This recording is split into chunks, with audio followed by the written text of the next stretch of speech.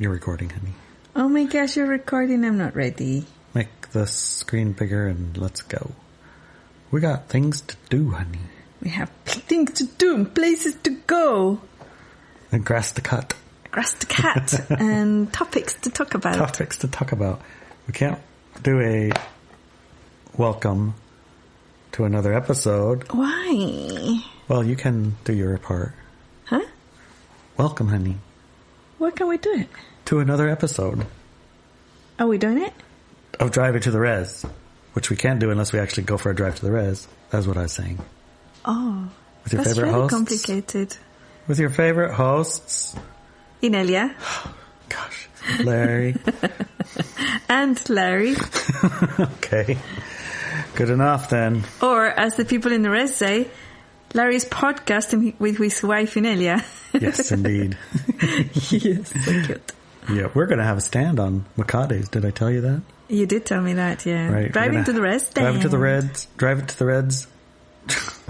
Driving to the Reds. Driving to the Res on Macades. That's the last weekend of August. Yes. We'll have our own booth. With our own live broadcast stream somewhere. We don't know where yet. Yeah, we'll do a live stream. Yes. Yep. And Macade we drive will have some, I hope, t-shirts. Yes, we're leaving it a little bit late for all that. But we might have some interesting things. We'll Maybe see. sweatshirts, maybe a hat, maybe mugs. And for sure, some mystical, magical stuff. Yep, for sure. Well, maybe. Everything is for Maybe. sure. Maybe. Everything is We'll definitely have books. sure. Yeah, we will definitely have books. Well, Yes. we will definitely. We Yes. have a box of books. Yes, we do. We'll sign some. We'll talk some. We mostly want to, well, at least me, from my side of it, because it's my podcast with my wife, you know. Yes, exactly. Yes. I mostly wanted to, have a public face, have a physical presence. Yes. Because there's thousands of people that are going to be there in that day, and thousands of people, and of those thousands of people, some hundreds at least, Yeah. who are interested in the things we talk about. Yeah, totally. But we got to be able to be found. Mm-hmm. And right about that. our sponsors, You. this people that we're talking to, Yes. our sponsors, they sponsor us Yes. How do they sponsor us? by sharing the Substack, sharing the Subscribe Star, sharing the podcast, sharing the newsletter, sharing the content, whatever it is that they have, with people like I'm going to be doing on Macades, with you, with people who are, interested in it. Uh-huh. That's all. You just share with people who are interested in it. That's all. That's all. That's a lot, but that's all you have to do. Yep. You share what you read that you find interesting with people who would be interested. Or not. You don't know they're interested until you try, right? Well, And if you think, but they'll think I'm a nutter. It's about time that you came out of the closet as it's a about nutter. time. Okay. I don't know why would come out power... of the closet as a nutter. Oh, no. Our podcast today is about power on earth, and it's linked to shrines. I don't know how that's nutter. Nutter? Yeah. I don't know either. Okay, so I don't think there's any excuse. We do talk about aliens, which are no longer nutters, That's not actually. nutter. It's formally true and real, acceptable that you're not a nutter if you talk about aliens. So there's no real, firewalls. Just share it. Say, hey, I heard you. We were talking about XYZ, and I read this newsletter from my friends over at, they have a podcast called Driving to the Res. Also, there's this interesting newsletter. It's on Substack. I don't know if you know what Substack is, but you can read some pretty cool stuff. Yes. Here, I'll share one with you that I think you like. Yes. That's all. Yeah, there you go. That's all. There you So go. we're going to do our part, sitting down with the village and meeting thousands of people and talking about our stuff. Yes. And you can do your part too. Yeah. Share with your friends, Share family, with your friends. whoever you family. think be interested. Or not. Don't know if they're interested, but you're going to share it anyway. Well, how would you not know? Because sometimes you don't know what a person's interested in, especially if they're keeping it secret, just like you. Oh, that's right.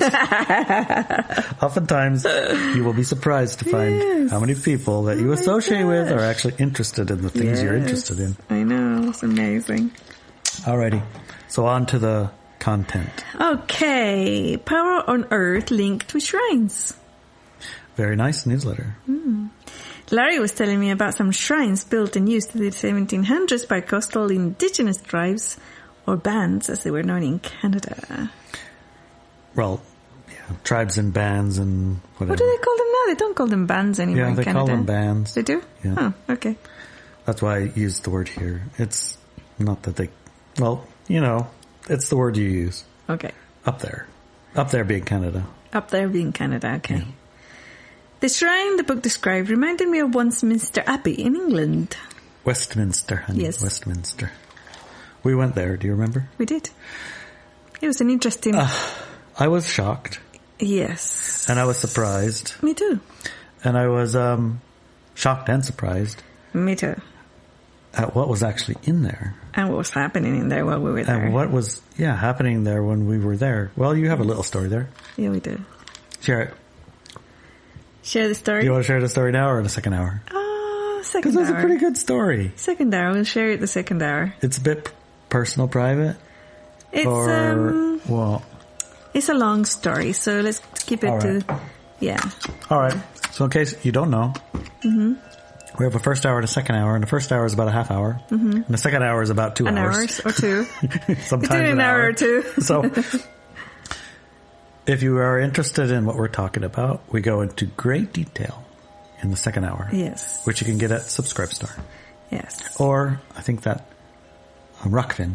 Mm-hmm. Yeah, we have it. And then you can become a patron of the light. And, Okay. Support us. So... I'll go into that story then. Yeah, we'll go into the Westminster Abbey story in the second hour. Okay. So the shrine, it was called a whaler shrine, by the way. Oh, nice. It was located in middle of Vancouver Island, yeah. Where Victoria is. Victoria's on the south part of Vancouver Island, and this shrine was about the middle of it. Okay. Yeah. It's located up north somewhere. Okay. Anyways, although physically they didn't look like each other, the Abbey being a grand old stone building, and the shrine described in the book was hidden with no flooring but beach sand and dirt. Was it beach sand? It could have been because it was whaling, Mostly right? just dirt. The energy line they were on is the same. The same type of energy lines, I should say. Right, not exactly the same line. No. We didn't actually check. We actually did. Well... We know where one of the lines is. It comes around through about here, so it couldn't have gone through there too. I actually did check. Okay, well, you checked. It's not the exact same line, but it's the same... Energy. Mm-hmm. Okay. Line. As in not ley lines. Maybe just describe what an energy line is. An energy line is a frequency that can be used to construct things in reality. Okay. From this perspective of use. Okay. Of the words energy line. The energy line for both is that of a death cult. A what? Death cult. A death cult? Yes. That seemed like the farthest thing you could ever guess. Why? On the surface of it, an abbey, Westminster Abbey, and a whaler shrine. How is that a death cult? Yes, how indeed. Both places hold or held the bones of dead, and not any random old dead, but powerful dead. Oh yes, that's true. In the book that Larry was reading a selection of, there's a detailed description of the creation of one of these shrines built by a whaling chief of the tribe there, which involved the burying of powerful men in, then digging out their skulls, and placing them in effigies that represented them and their power. So he would bury them. Yeah, wait for a few months bugs do their thing. Yeah, and then pull them out again, take off their heads, and put them on effigies that represented them and bury their body again. Or even on the floor. Or even into the form of a bed. Yeah. Quite a lot of strange things. Yes, yes.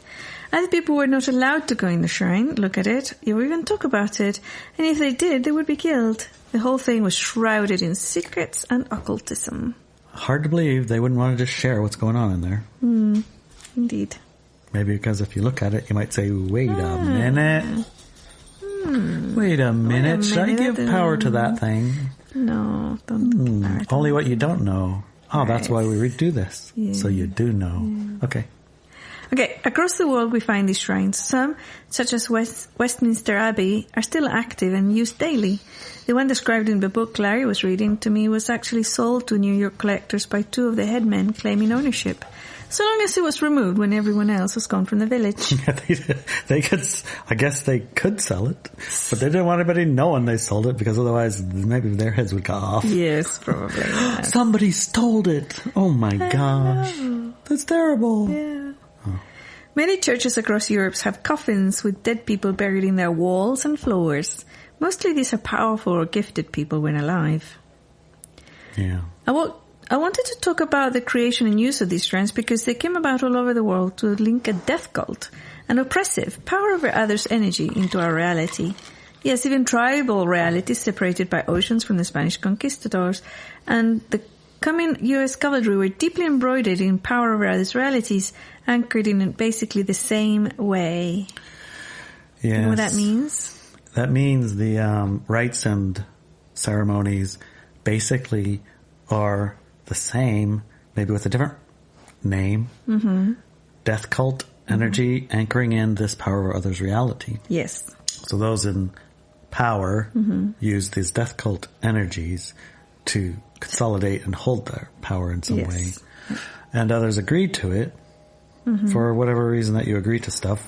Oftentimes you pretend you don't know or you don't want to look. Mm-hmm. Plus, at a social level, the agreement was to have a power over others' reality, which can't happen if you're not in a, separation energy. Yeah, and that.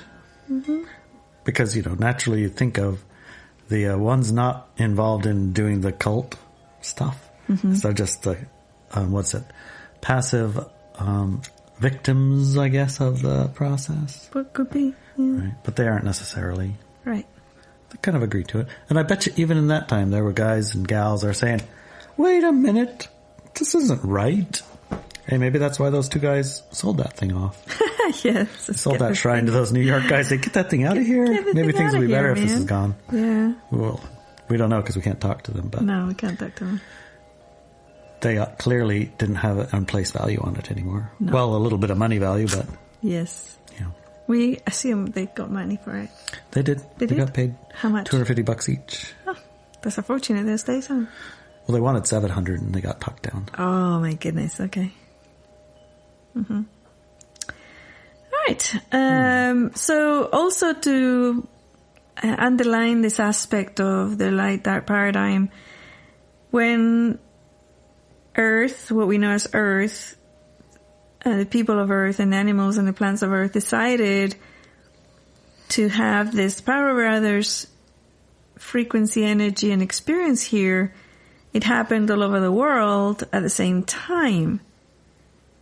And I wanted to say that because a lot of people think or romanticize indigenous cultures around the world. Yeah, and certain chunks like here and here and here. Yeah, they're like, those were the original connected ones and they didn't get corrupted, but they were. But they were. Yes, everybody got the same energy of power over others. The way they expressed it was different in each location, depending on their culture. But it was around the world at the same time.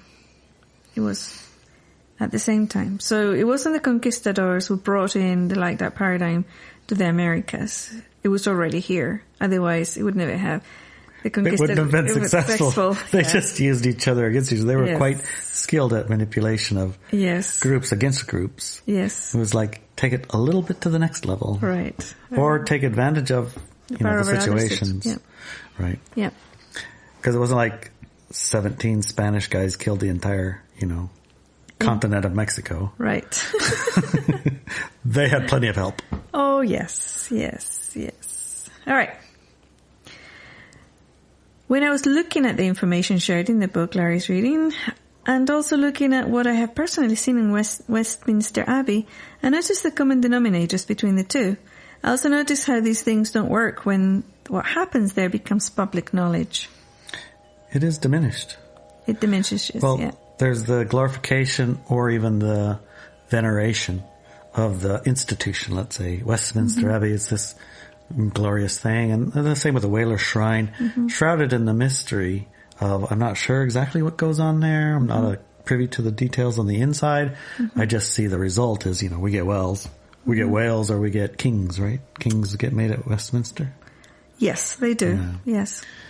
And the times that it's been televised, the interesting aspect about the televised version of it is that they don't show all the dead people around it. Right. They only show that, the pedestal thing. Yeah. The shrine, I guess. The shrine, yeah. They don't show all the dead people around it. No, I did not see that until I walked in there, and I'm surprised they let us walk in there. Well, we paid the ticket. Well, yeah, we paid the ticket, but it's one of those things that would be best if it wasn't so well known. You know what I mean? Why? Well, when I saw what was going on there, I was a little bit taken aback, and it altered my view of the entirety, Yeah. So if it was televised at a mass level, then yeah, that would be, it would take away away a lot of the power. And the ability to go individually. I didn't notice a lot of other people, having the same thing as but I was fascinated that it would be like Leonardo da Vinci's here. It's like, what? And Einstein or Darwin or, these guys that are the pillars of our constructed narrative of reality. Yeah. The constructed narrative of our reality are there. Yes. The pillars of that. Yeah. So at first I was a bit taken aback. It's like, what? That person is here. Benjamin Franklin? What? Yes. He's right here. It was really strange. And then after a while of walking and seeing and realizing the sheer volume of corpses. Yes. I was like, it's insane. Oh, I see. It's a death cult. Yes. Well, that's fascinating. That's fascinating. I didn't put the pieces together. You can hear the words, but until you go there, see it, touch it, and it changes its nature. It did for me anyway. It does. Yeah.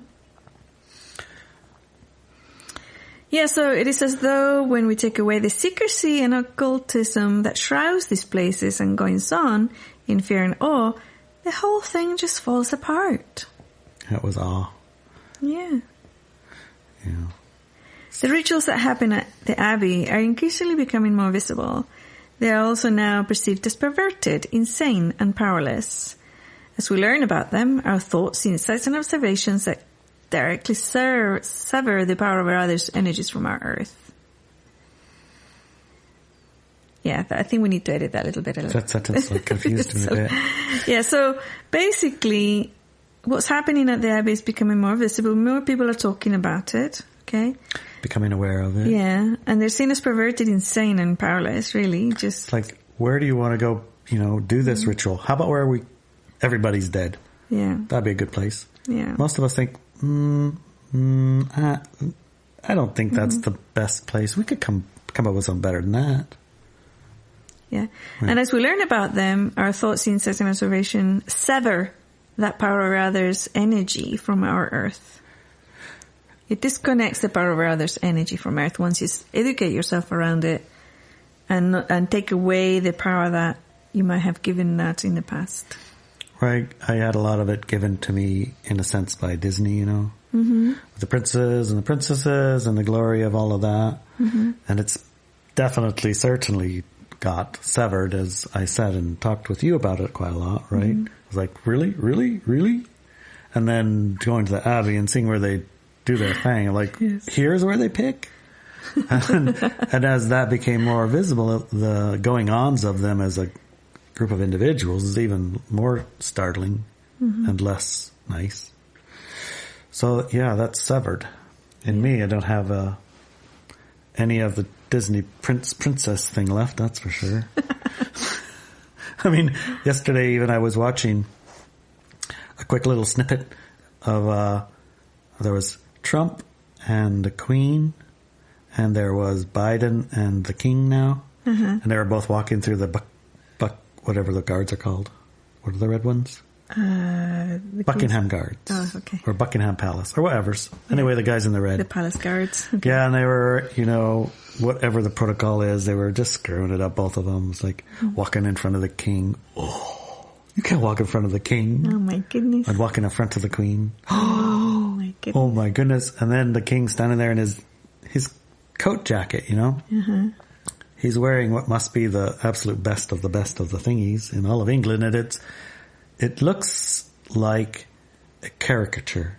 It is a coat jacket that is so perfect, it's ridiculous. You know? No, I don't know. Can you explain more? Right. So in a normal coat, you know, you have a little bit of like seams, like your body moves and it moves. Mm-hmm. And in this, it's like starched so stiff. It doesn't have any crease or wrinkle in the front. The whole front is artificially flat. Mm. Just looked ridiculous. Of course, his sleeves had to have where his arms moved, but the front was like a shield. Maybe it was a shield. Maybe, but it was ridiculous. Okay. It was absurd. It was taken to a level beyond the real. It was surreal, I guess. Surreal. I would say. It was surreal. Mm. You know. Interesting. It was like the king isn't wearing any clothes. It was like that. I was like, did anybody tell you your coat looks ridiculous? Ah, yes, indeed. Yes. Now I get it. Okay. Instead of seeing powerful priests or shamans carrying out sacred rituals which invoke supernatural energies through death and sacrifice, we see a bunch of perverted men moving about in silly costumes, doing cruel and perverted things. And the ridicule of that image takes away any sway they may have had within our collective unconscious. Good to know. Mm-hmm. I think we should do something different. It's time for life-affirming shrines. How about that? A life-affirming shrine is what a high-frequency paradigm has. That's a thing. We have a thing called a life-affirming shrine. Yes, it's full of living things. Mm-hmm. Mm-hmm. The words life-affirming shrines probably evokes immediate knowing of what one of these shrines might look like. And we may immediately recognize that we have visited and seen these already. Oftentimes we find them naturally. In the forest, on the seashore, yes, the seashore. At sea, on an island, on a mountain, in a space that we travel through. Yes. We encounter them. They already exist all by themselves. They do, yeah. Yesterday we found one, remember? Oh my gosh, wasn't that beautiful? It was incredible, yeah. It was so incredible. It was a miracle. It was a miracle. Yep. It was a miracle of tree nest. Design. Nest. Yeah. Treeness. A miracle of tree shrine. Yes. That's an interesting observation. That river that we live on has multiple tree shrines. It does, actually, yeah. We found quite a few now. And these trees are ancient. They are. They are never ever touched. Have never been molested, you know? They're just allowed to be tree. Yes. For as long as tree wants to be tree. Yes. Right. And they're fascinating what happens. Can you describe what it looks like?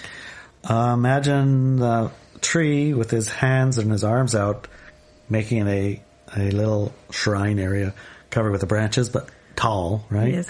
Tall but graceful, and you can walk into it, but you got to like pull open the branches a little bit, and you walk through it, and all you're in this umbrella of like branches. A temple. Like a temple like a temple with a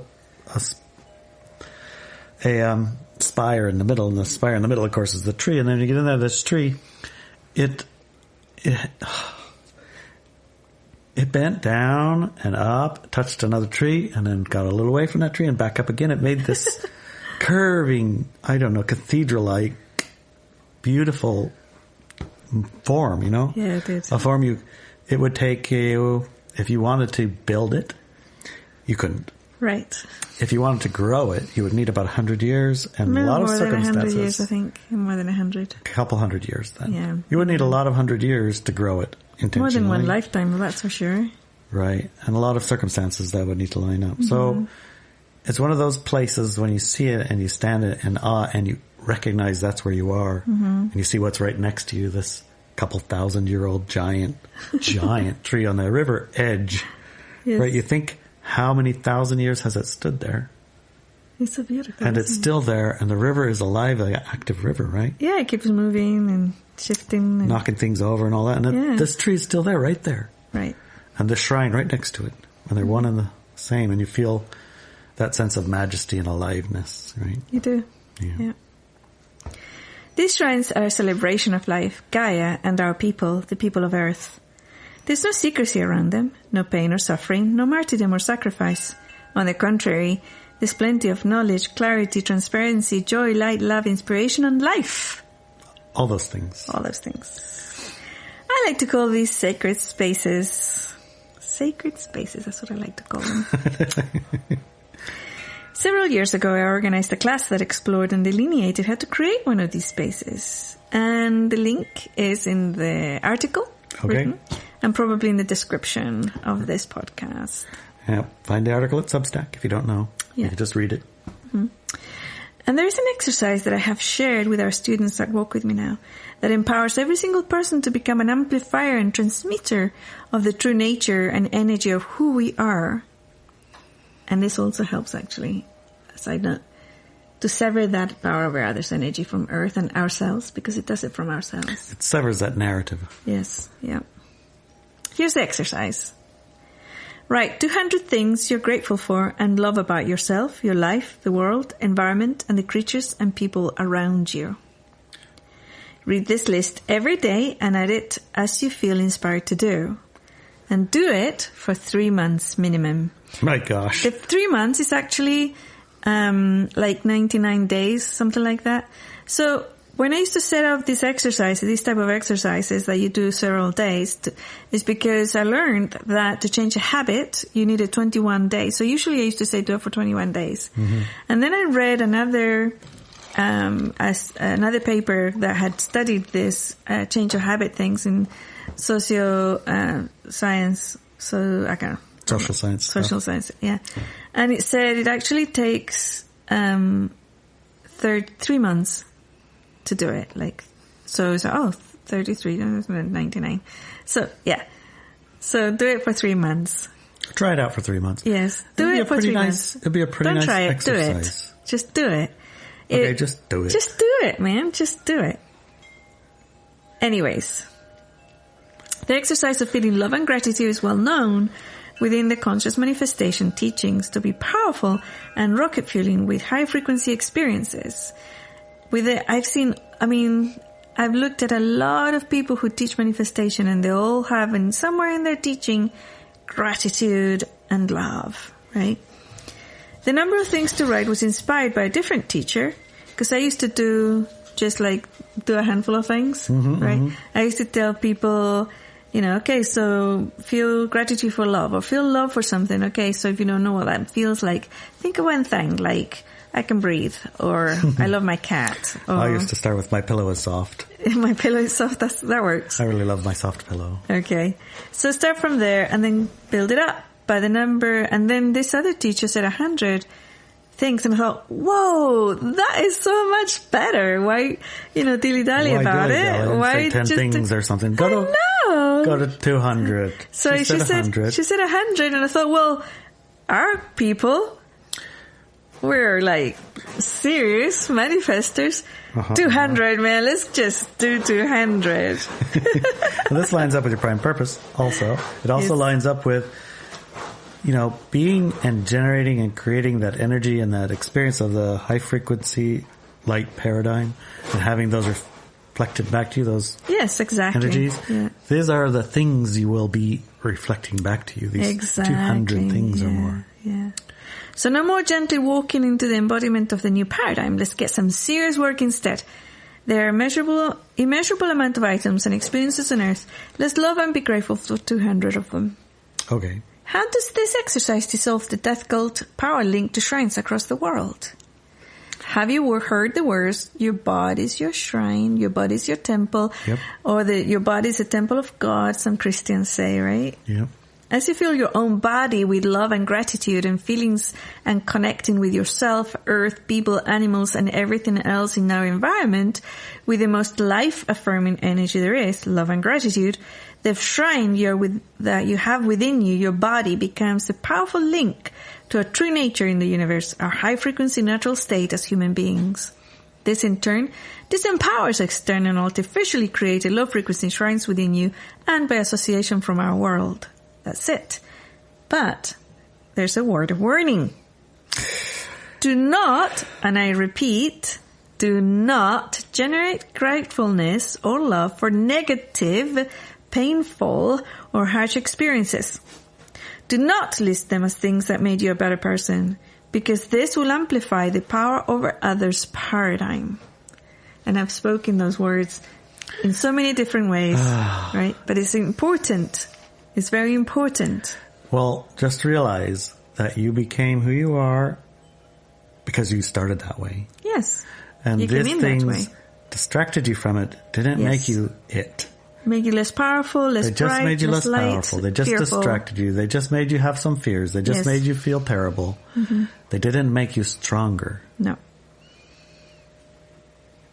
They only had one purpose. To disable you. To disable you. Because... Power over others paradigm. Power over others paradigm, baby. That's how it works. Yes, indeed. So, since what we're doing with our 200 things is grateful stuff, is like, I have a soft pillow. Yes. I even like the fact that I have a pillow. Have you ever tried to sleep without a pillow? Yes. It's really hard. Very hard, yeah. Yeah. So, I mean, like, that's the top one for me. Yeah. My puppies. Yes. My honey. Yes. My lovely house. Yes. There's so many things to feel, right? How about you? Yes. Like, my shoes are super fast right now. Your shoes are super what? Soft. Oh, I thought you said fast. No. It's like, wow, they go fast. They go fast. That's usually the kids. How fast these shoes How fast are these shoes? Yes. Oh, these ones are super fast. Okay, let's get those ones. Yeah. Yes. I used to convince my children who didn't like to change shoes. Yeah. By saying, these are really fast. Try them. I did too. It always works. It works. Well, that's how I picked my shoes. They were fast, and I want those ones. Oh, good. Yes. That's the kind of thing, guys. Yeah. Yeah. Yeah. I think we covered it. I think so. Yeah. I think we'll probably dive quite a bit into it with Ilia and Adelina. Yes. I'm pretty sure they'll have some pretty good insights. They do. There's a lot in here, and I imagine there's some of those death cult shrine type things in Romania too. Probably. I mean, Dracula, etc., etc. Drinking the blood and body of Christ, anyone? That one. Yeah, there's quite a few. Yikes. Alrighty. Yes. On to the second hour then. All right. Love you. Love you.